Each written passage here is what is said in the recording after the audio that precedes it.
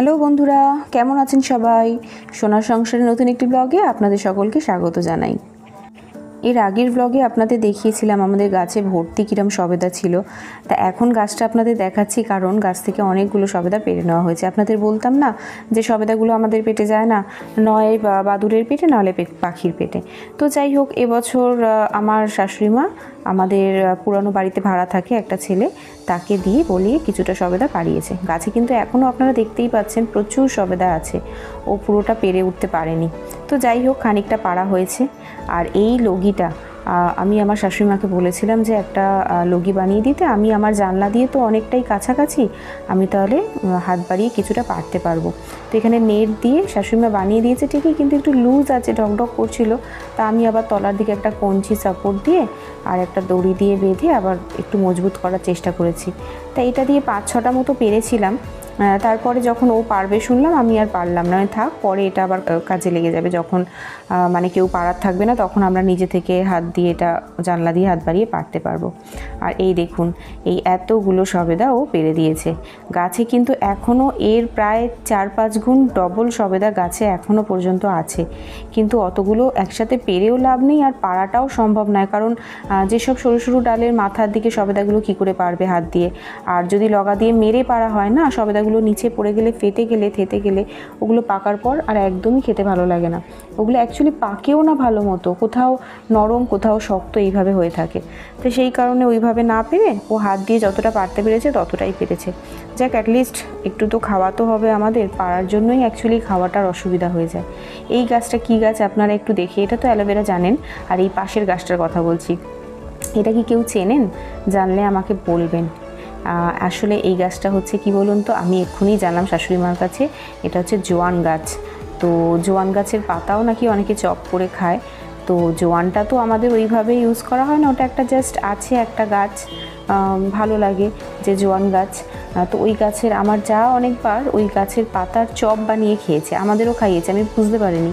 আর এই দেখুন সেই লজ্জাপতি গাছটা কতটা বড় হয়ে গেছে। লজ্জাপতি গাছটা আরও বড় হয়ে গিয়েছিল, কিন্তু মাঝখানে 2-3বার শাশুড়ি মা কেটে কেটে এটাকে ছোটো করে দিয়েছে, আর বেঁধে বেঁধে এক জায়গায় করে রেখে দেয়।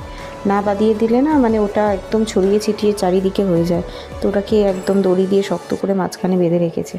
আর এই দেখুন আমাদের বাড়ির মিঠুর সাথে আমাদের ছোট পুচকুটার খুব ভাব হয়েছে, জানেন তো। ও যখন এসে বসে, এই দেখুন মাথাটা কিরম করে দিচ্ছে, তার মানে একটু আদর করো। আর ও আদর করলে কিচ্ছু বলে না, ও হাত দিলেও কিচ্ছু বলে না, ও আঙুলটাকে যদি বাড়িয়েও দেয় কিচ্ছু বলে না। কিন্তু অন্য কেউ যদি মানে ওকে এরকম আঙুলটা বাড়িয়ে দেয়, হাত দেওয়া তো দূরেরই কথা, একদম ঝাঁপিয়ে পড়ে কামড়াবার জন্য। দাঁড়ান, আমি আঙুলটা দিয়ে দেখাচ্ছি কীরকম ঝাঁপিয়ে আসবে, দেখবেন কামড়াবার জন্য। এই দেখুন, দেখেছেন কি রাগ রে বাবা, এত রাগ কেন আমাদের ওপর? আমি কি করেছি তোকে বল? আর ছোটো পুচকুটার সাথে হঠাৎ এত ভাব হয়ে গিয়েছে। তো আমি ছোটোটাকে জিজ্ঞাসা করলাম যে কী রে, কী এমন করলি যে এরমভাবে বসে নিয়ে নিলি মিঠুকে?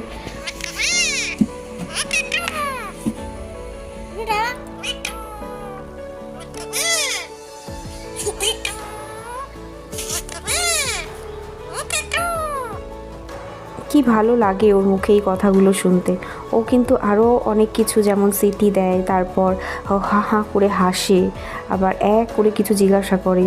আর সেগুলো এখন করলো না। এমনি তো ক্যামেরার সামনে এলে ওর সব কিছু অ্যাক্টিভিটিস বন্ধ হয়ে যায়।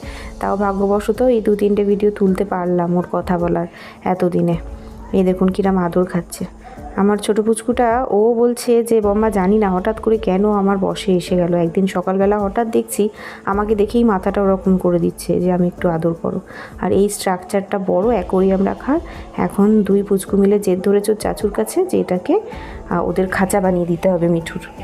আর এই পাখিটা আপনাদের দেখাই, দাঁড়ান। এই পাখিটা কি কেউ চেনেন? জানলে একটু নামটা আমাকে বলবেন। আমি এই পাখির নাম জানি না। 3টে ডিম পেড়েছে। আমাদের বাড়ির পেছনের দিকে একটা বারান্দা আছে, ওখানটায় সচরাচর সবাই একটু কমই যায়। তো ওখানটা একটু নিরিবিলি নিরালা দেখে না, একটা বাসা বেঁধেছে। দেখুন কীরকম একটা, মানে যেখানে আপনার ওয়্যারিংয়ের যে সুইচ বোর্ডগুলো করা হয় সেই ওইটুকু জায়গার মধ্যে দেখুন অর্ধেক বাসা কিন্তু ওর ঝুলে আছে বাইরে। কিন্তু কিভাবে কি কায়দা করে বাসাটা বেঁধেছে, এটাই হচ্ছে দেখার বিষয়। কত সুন্দর করে বাসাটা বানিয়েছে দেখুন। আর এর মধ্যে দেখুন 3খানা ডিম আছে।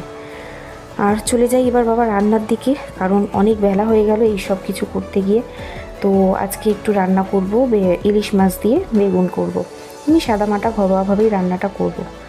তো আপনাদেরকে আর একটা কথা জানানোর আছে যে আমি 1 মাস পর আবার ভিডিও দেব। আমার 1 মাসের জন্য আপাতত এটাই একটা লাস্ট ভিডিও। তার একমাত্র কারণ হচ্ছে কালকে থেকে তো রোজা, তো যেহেতু রোজা 1 মাস চলবে, সেই 1 মাসের মধ্যে ভিডিও রেকর্ড করা বা এডিট করা কোনো কিছুই সম্ভব হবে না। তো আবার আমি ঈদ হয়ে গেলে বা ঈদের দিন থেকে চেষ্টা করব, যদি সম্ভব হয়, আর যদি না সম্ভব হয় ঈদের পর থেকে আবার ভিডিও ছাড়ার। তো মিডিলে 1 মাস কিন্তু আমি কোনো ভিডিও বানাবো না, তা সেটা আপনাদেরকে একটু জানিয়ে রাখলাম, মনে হলো জানিয়ে রাখাটা ভালো। তো আপাতত এই ভিডিওটা আপনাদের কেমন লাগছে অবশ্যই জানাবেন, কিন্তু ভালো লাগলে অবশ্যই ভিডিওটা লাইক করবেন, অন্যদের কাছে শেয়ারও করে দেবেন যাতে অন্যরাও ভিডিওটা দেখতে পারে। আর আপনাদের ভালোবাসা দিলে আমারও খুব ভালো লাগে। তো যাই হোক, আমি এখানে ঘরোয়া যা যা গুঁড়ো মশলা লাগে সেই সব কিছু দিয়ে, আলু দিয়ে বেগুন দিয়ে ইলিশ মাছটা একটু ঝোল ঝোল মতন করেই রান্না করব।